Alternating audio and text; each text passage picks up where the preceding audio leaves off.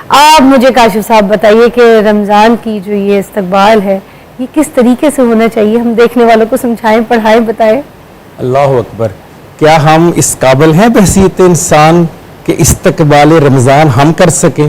یہ صرف اللہ کا فضل ہے، اللہ کا کرم ہے جس نے مجھے اور آپ کو اور پچھلے سال سے لے کر اس سال کے درمیان پیدا ہونے والے بچے جو اس رمضان کو پہلی بار دیکھ رہے ہیں ان کے لیے بھی بہت مبارک کی ساتھ ہے، اور وہ لوگ جو پچھلے رمضان سے اس رمضان کے دوران ہم سے بچھڑ گئے ہم ان کو بھی یاد کر رہے ہیں اور اللہ کا شکر ادا کرتے ہیں کہ انہوں نے ہمیں ایسے سانس دیے کہ ہم اس رمضان کی برکتوں سے، اس کے فیوض سے، اس کی وسعتوں سے ہم بہرہ مند ہو سکیں۔ ابھی آپ فرما رہی تھی نور رمضان، تو میرے ذہن میں آ رہا تھا کہ کیا ہم لوگوں کو یہ معلوم ہے کہ رمضان ہے کیا؟ بنیادی طور پر ہم کہتے تو ہیں روزے رکھنے ہیں، رمضان آ گیا ہے۔ میں جو سڑکوں پر ابھی دیکھ کر آیا ہوں، جب میں آ رہا تھا آپ کے پروگرام میں، جب میں صبح جا رہا تھا اپنے آفس اور جب آفس سے واپس آ رہا تھا، تو آپ یقین کیجئے مجھے تو نہیں لگ رہا تھا کہ رمضان وہ ہے جو خود احتسابی سکھاتا ہے، رمضان وہ ہے جو تقویٰ دیتا ہے، رمضان وہ ہے جو رویہ ٹھیک کرتا ہے، رمضان وہ ہے جو کردار میں بہتری لاتا ہے، رمضان وہ ہے جو سنت پر عمل کرواتا ہے، رمضان وہ ہے جو قرآن پڑھنے کی تبلیغ کرتا ہے، رمضان وہ ہے جو مہنگائی پر کنٹرول کرنے کی بات کرتا ہے، رمضان وہ ہے جو جذبات پر کنٹرول کرنے کی بات کرتا ہے، رمضان وہ ہے جو دوسرے کے لیے قربانی دینے کی بات کرتا ہے، رمضان وہ ہے جو اچھے الفاظ ادا کرنے کی تبلیغ کرتا ہے۔ وہ والا کہاں ہے رمضان جو ہم نے سنا، پڑھا اور جس پر عمل کرنا چاہیے تھا؟ یہ کون سا رمضان ہے کہ آپ سڑکوں پر پہلے سے زیادہ رش کر دیں، آپ لڑنا شروع کر دیں، آپ چیزیں مہنگی کر دیں؟ ابھی آپ فرما رہی تھی، باہر کی آپ مثال دے رہی تھی، کتنی حیران کن بات ہے اور کتنی دکھ کی بات ہے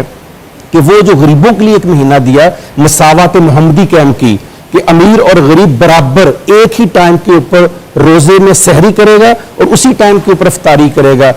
آپ نے اس کے اندر فرق اس طرح سے ڈالا کہ غریب بندہ آج مکمل پورے سال روزے رکھتا ہے مگر رمضان میں روزے نہیں رکھ سکتا۔ آپ کو پتا ہے کیوں؟ وہ افورڈ ہی نہیں کرتا اس روزوں کو، آپ نے اتنی مہنگائی کر دی ہوئی ہے۔ تو رمضان جو تھا وہ ایک رسم کے طور پر نہیں نبھانا، رمضان کو ایک انصاف کے طور پر نبھانا ہے، خود احتسابی کرنی ہے، نظام قائم کرنا ہے۔ تو یہ دیکھ رہے ہوتے ہیں نا کہ اگر ہم کسی کو فون بھی کریں، کسی سے ملنے بھی جائیں یا کسی سے بات کریں، موسٹلی ہمارے گھروں کا بھی عالم یہی ہوتا ہے، سچ بولنا چاہیے، اللہ کو جان دینی ہے، کہ رمضان میں بس یہ فکر فاقہ ہوتا ہے کہ شام کو ہم نے کیا کھانا ہے، افطار میں ہمارے لیے کیا ہوگا، ہم نے کیا بنانا ہے، اچھا یہ بھی بنا لو، وہی بنا لو، او مائی گاڈ رمضان یہ بھی کھائیں گے، مگر ہمیں کسی اور کا فکر و فاقہ نہیں ہوتا۔ ہمیں نہیں پتا ہمارے نیبر میں وہ جو بزرگ مسجد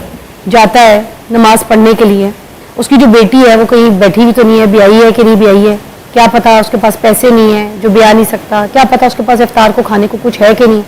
کیا پتا اس بائیں طرف نیبر نے جو ہے اپنے بچے کی اسکول کی فیس دی ہے کہ نہیں دی ہے، یا پھر ہمارے ارد گرد کے لوگ، جتنے لوگ میں کہتی ہوں جتنے بھی انگلیوں میں گن لے کے جتنے ہم لوگوں کو جانتے ہیں، کیا ہم کبھی ایک بار ان کے بارے میں سوچ کے کبھی ان کا فون ملا کے ان کو دیکھتے ہیں کہ او فلانی بندہ میرے پاس کام کرتا تھا، وہ ڈرائیور تھا، میرے پاس چلا تو گیا ہے مگر پتہ نہیں اس کی اب روزی روٹی، اس کے پاس رزق ہے، اس کو فون کر کے پوچھوں یار کچھ چاہیے؟ یہ پوچھتے میں ڈرتے کیوں ہم؟ فضا، پہلی بات تو یہ ہے کہ جو اللہ کے کرنے کے کام تھے نعوذ باللہ وہ ہم نے کرنے شروع کر دیے۔ انسان تقوی میں کون اچھا ہے، نیکی میں کون اچھا ہے، بڑائی میں کون اچھا ہے، اللہ کے قریب کون ہے، یہ اللہ کے کرنے کے کام تھے، انسانوں کے کرنے کے وہی کام تھے جو آپ فرما رہی ہیں۔ میرا تو کام یہ تھا میں پوچھوں ڈاکٹر صاحبہ آپ تھکی تو نہیں ہیں، ڈاکٹر صاحبہ میں آپ کو دوائی لا دوں، بہن میں آپ کو پانی پلا دوں، کسی کا ہاتھ پکڑ لوں، کسی کی مدد کر دوں، کسی کے سر کے اوپر پیار سے ہاتھ، کسی کی بات ہی سن لوں، کسی کا دکھ سن لوں، شیئر کر لوں، یہ انسانوں کے کرنے کا۔ ہم نے انسانوں کے کرنے کے کام سائڈ پہ رکھ دیے اور جو اللہ کے کرنے کے کام تھے نعوذ باللہ وہ اپنے ہاتھ میں رکھنا شروع کر دیے۔ سوال یہ پیدا ہوتا ہے رمضان اللہ نے دیا کیوں؟ ابھی آپ نے قرآن مجید کی ایک آیت سورہ بقرہ کی آیت نمبر 183 کی آپ نے بات کی جس میں اللہ تعالیٰ فرما رہے تھے